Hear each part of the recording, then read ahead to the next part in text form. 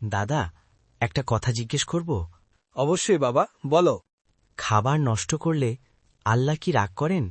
হ্যাঁ বাবা, আল্লাহ অপচয় একদম পছন্দ করেন না। কেন দাদা? সবাই তো একটু আড্ডু নষ্ট করে।